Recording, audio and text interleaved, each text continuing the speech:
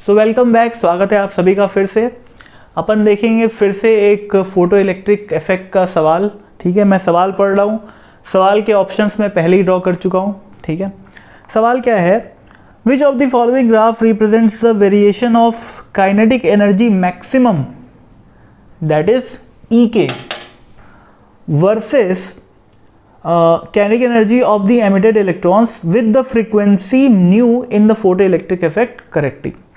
यानी कि सवाल में पूछा हुआ है कि कौन सा ग्राफ सही है। ग्राफ किसके इसके बीच में है? ये क्या है? Maximum kinetic energy of the emitted electron. ठीक है, और ये क्या है? फ्रीक्वेंसी। किसकी फ्रीक्वेंसी? इंसिडेंट फोटोन की। ठीक है, किसकी एनर्जी की बात कर रहे हैं? एमिटेड इलेक्ट्रॉन की। किसकी फ्रीक्वेंसी की बात कर रहे हैं? इंसिडेंट रेडिएशन की फ्रीक्वेंसी की बात कर रहे हैं। ठीक है, चलो अच्छी बात है। अब यार देखो, 4 ग्राफ दिए हुए हैं, क्या होना चाहिए समझना। होता क्या है कि सोचो मैं 0 फ्रीक्वेंसी की लाइट एमिट कर रहा हूँ, यानी कि मैं लाइट एमिट ही नहीं कर रहा हूँ, तो क्या इलेक्ट्रॉन बाहर आएंगे? नहीं आएंगे। ठीक है, तो ये इस ग्राफ का तो मतलब ही नहीं बनता। सॉरी, इस ग्राफ को छोड़ो, अभी इस पर बाद में आएंगे। मैं क्या बोल रहा हूँ कि 0 अगर फ्रीक्वेंसी की मैं लाइट एमिट कर रहा हूँ, यानी कि मैं लाइट एमिट कर ही नहीं रहा हूँ, तो इलेक्ट्रॉन निकलेंगे क्या? नहीं, बिल्कुल नहीं। तो कहीं पर भी ग्राफ ओरिजिन से पास होना चाहिए क्या? नहीं होना चाहिए, पहला पॉइंट। दूसरा पॉइंट, अपने को क्या पता है कि कब इलेक्ट्रॉन बाहर आना स्टार्ट होते हैं? जब हम उसको एक मिनिमम फ्रीक्वेंसी सप्लाई करें। किसकी मिनिमम फ्रीक्वेंसी? इंसिडेंट रेडिएशन की, यानी कि उसको अपन क्या बोलते हैं? Threshold frequency. ठीक है ना, क्योंकि वो थ्रेशोल्ड फ्रीक्वेंसी की जरूरत किस चीज़ के लिए होती है? क्योंकि अपने को उस मेटल के वर्क फंक्शन को ओवरकम करना है। ठीक है ना, तो एक minimum frequency of incoming photons तो अपने को देना पड़ेगा ना यार, ताकि इलेक्ट्रॉन बाहर आए। ठीक है ना, तो यार ये देखो, यहाँ पर ऐसा कुछ दिख रहा है मेरे को। यहाँ पर इस ग्राफ में ऐसा दिख रहा है मेरे को कि इस पॉइंट पे, ये ध्यान रखना किसका ग्राफ है? EK वर्सेस, मैं सबने मेंशन नहीं किया हूँ, सिर्फ एक में किया था, ये दूसरे में भी कर दिया। ठीक है ना, देखो इस फ्रीक्वेंसी से पहले कोई भी एमिशन हो रहा है क्या? नहीं हो रहा। इस फ्रीक्वेंसी पे जो EK की वैल्यू है वो कितनी है? 0 है।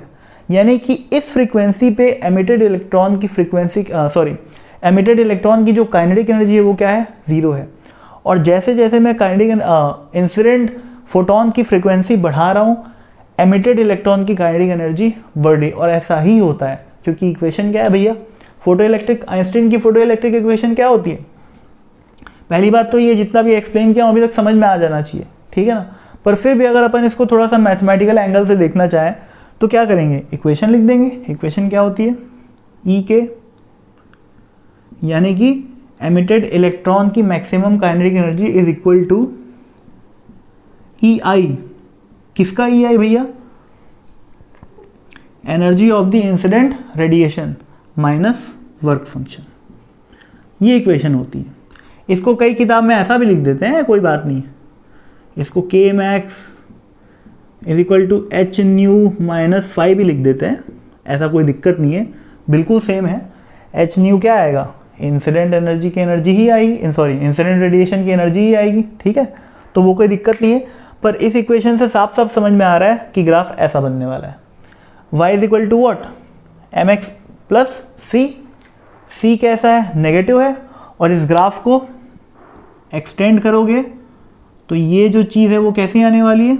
नेगेटिव आने वाली है। ठीक है ना, प्योर मैथ्स है, प्योर मैथ्स। यहाँ पर जो y is equal to mx plus c straight line की जो इक्वेशन होती है, उसमें जो स्टैंडर्ड होता है c कांस्टेंट होता है, वहाँ पर इसमें कैसा है? नेगेटिव है। तो क्या हो जाएगा ये ग्राफ? ये नेगेटिव कांस्टेंट आ गया।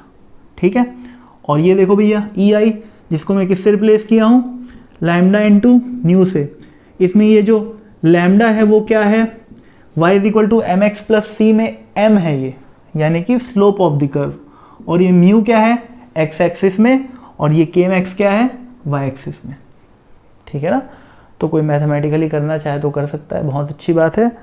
और वैसे तो साफ बात है यार, जिसको फोटो इलेक्ट्रिक इफेक्ट आता है उसको ये बात पता है कि एक मिनिमम थ्रेशोल्ड फ्रीक्वेंसी के बाद इलेक्ट्रॉन्स एमिट होने स्टार्ट होते हैं, और जैसे जैसे फ्रीक्वेंसी बढ़ाओगे जो ई मैक्स है वो बढ़ते जाता है। और ये बात हम लोगों को तो बल्कि याद हो जानी चाहिए अभी तक कि जो ग्राफ आता है वो कैसा आता है? स्ट्रेट लाइन आता है, बढ़ता तो है ही और साथ में ग्राफ कैसा आता है, स्ट्रेट लाइन, ठीक है। तो I hope explanation was good and I hope कि आप लोगों को समझ में आया हो। तो थैंक यू, मिलते हैं अपन अगली बार, थैंक यू।